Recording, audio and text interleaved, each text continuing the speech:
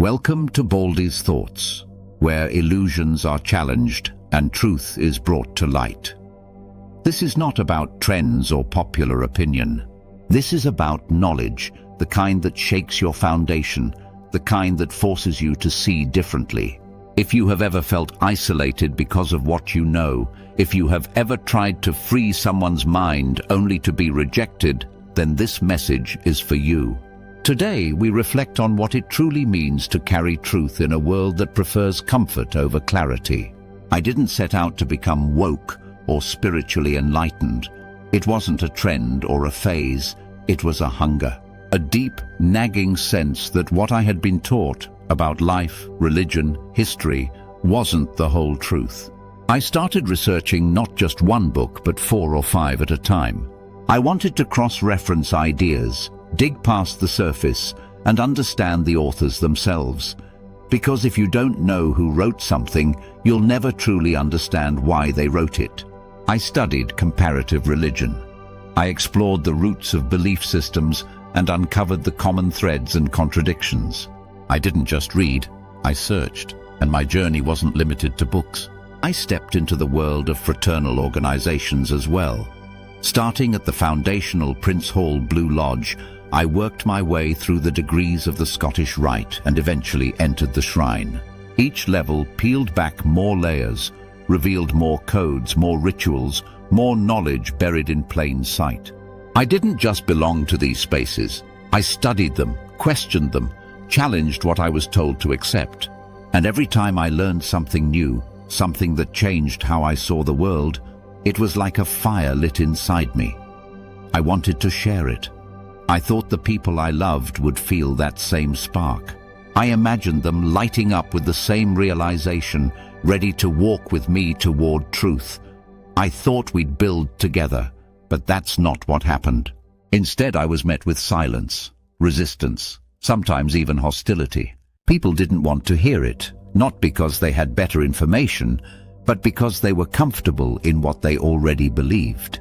To them, I wasn't offering insight. I was attacking their faith, their worldview, their upbringing, and that hurts.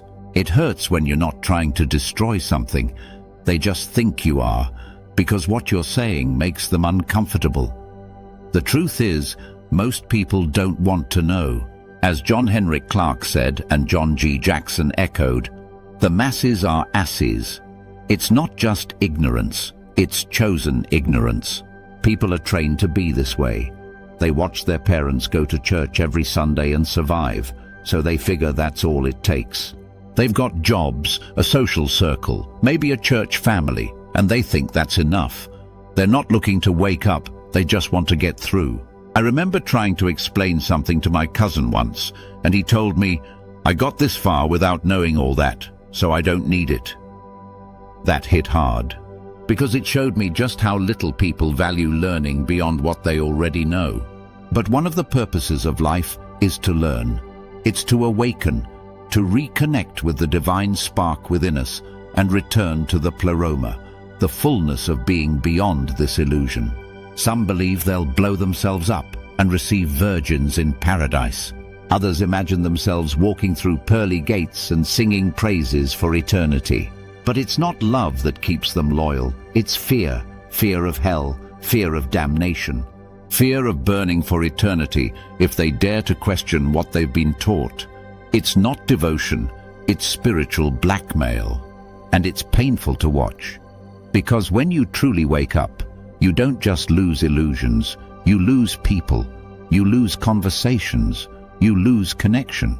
You become isolated, hoping for allies, for fellow builders, for minds ready to elevate. But most are caught in a rat race so brutal they can't even stop to think. I remember being there, broke, tired, hustling just to survive. Someone once asked me about the Anunnaki, and I told them I didn't have time for that. I was too busy figuring out how to find a job, pay my rent and eat, so I get it. But for those who do have the time and still choose lies, that's the real tragedy. They're not just surviving, they're upholding the very system that enslaves them, mentally and spiritually. Still, I've learned not to force it. You can't drag someone into the light. You can only be the light. Speak when someone's listening. Stay silent when they're not. And when someone's ready, they'll find you. So, how do we change it? How do we break the cycle? By living the truth, by being the example. Not by arguing, not by debating, but by standing tall in what we know. Truth has a frequency. Those tuned in will hear it. Those who aren't, won't.